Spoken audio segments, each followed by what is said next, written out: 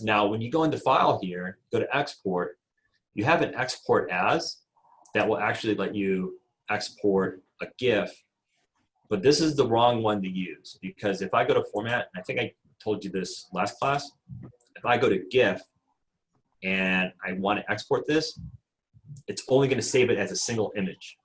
So for some reason, when Adobe updated the ability to export the file formats for the web, it didn't include the animation ability in this export. And I don't know why they didn't, but they did keep the old way of doing it. So if you go to Export Legacy, Save for Web Legacy, this is the way it used to work.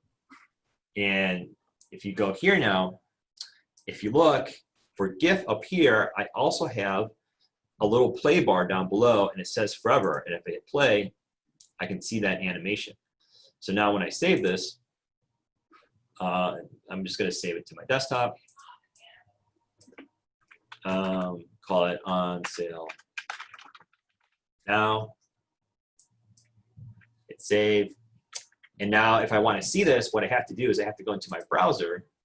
So here's my browser window here. And the way you see this is you just open it up. So in my Chrome browser, or it could be Firefox, you could do a Control-O or Command-O to open.